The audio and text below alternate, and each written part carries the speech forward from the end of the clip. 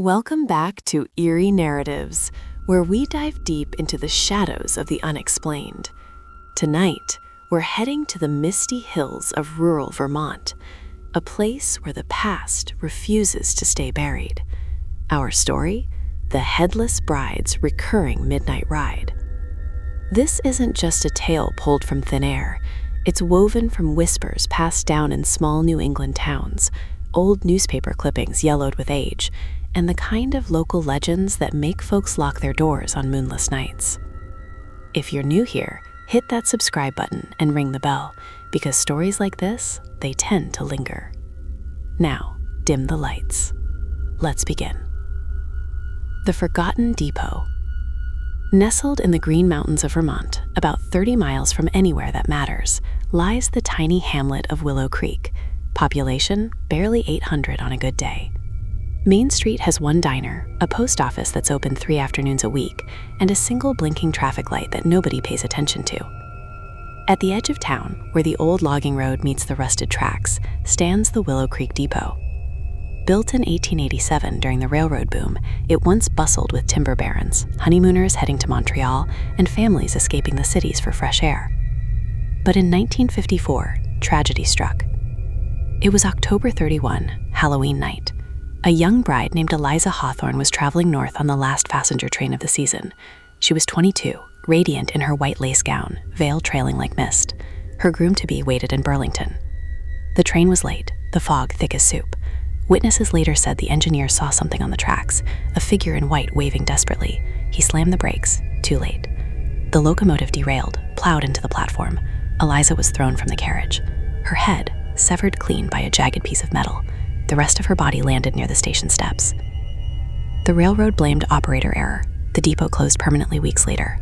Tracks torn up in places, rails left to rust. The building boarded up, forgotten. But Eliza Hawthorne never left. The legend takes root. For the first few years after the crash, locals dismissed the stories. Kids dared each other to sneak onto the platform after dark. Nothing happened.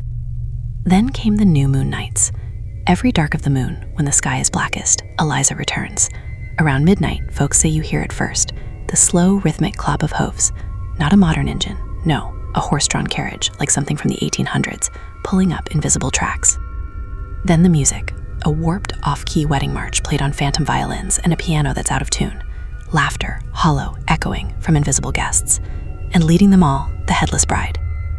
She rides in an open carriage, white gown billowing, veil fluttering even though there's no wind. Where her head should be, nothing, just a ragged stump, sometimes dripping shadow that looks like blood in the moonlight. Her hands clutch a bouquet of wilted roses that never die. She searches.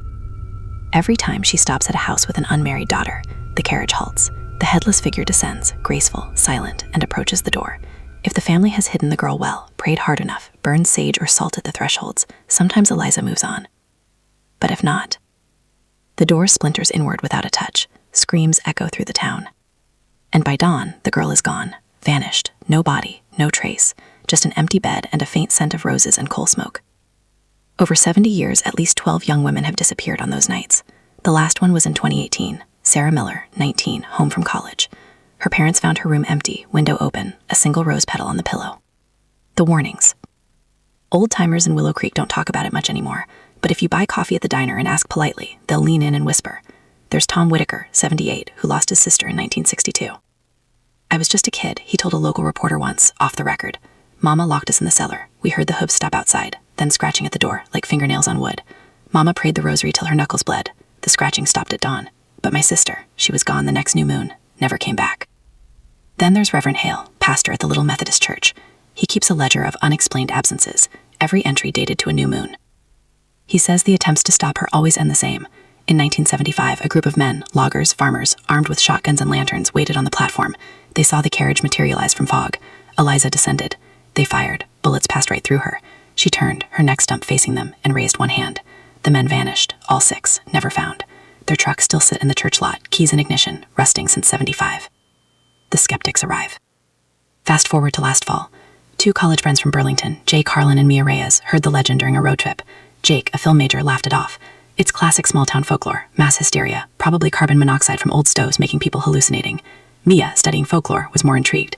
But the consistency, same night, same pattern for decades, that's not random. they decided to investigate for content. Jake brought his camera, drone, EMF reader. Mia had notebooks, salt, and a crucifix she bought ironically at a tourist shop. They arrived in Willow Creek on a crisp October afternoon. The new moon was that night. The locals weren't welcoming. At the diner, the waitress warned, "Go home, kids. This isn't a game." They ignored her, set up camp near the depot, tents, equipment, live stream planned for their small YouTube channel. As dusk fell, the town went quiet. At 11:47 p.m., Jake's EMF spiked. The ride begins. Midnight struck. First came the hooves, slow, deliberate, like walking on hollow ground. Then the music, faint at first, growing louder. A bridal march, but wrong, notes bending, voices whispering lyrics no one could make out. From the fog at the end of the broken tracks it appeared, the carriage, black lacquer, gold trim faded to gray. 4 spectral horses, eyes glowing pale blue, no breath in the cold air. And in the driver's seat, no one, just reins floating. They stopped at the platform edge. Eliza descended. Her gown shimmered like moonlight on water, veil trailing over empty shoulders, bouquet clutched tight. She glided towards town, no footsteps, just a soft rustle. Jake and Mia watched from the trees, hearts pounding, camera rolling. She passed house after house, paused at some, moved on. Then she stopped at the old Victorian on Maple Street, home to Emily Grant, 21, visiting from NYU. Emily had laughed at the stories too, left her window cracked for fresh air. The carriage halted. Eliza approached the door. Inside, Emily's mother screamed. Eliza raised a hand. The door exploded inward, splinters flying. Emily appeared at the window, terrified, struggling. Eliza reached up, cold fingers wrapped around her wrist.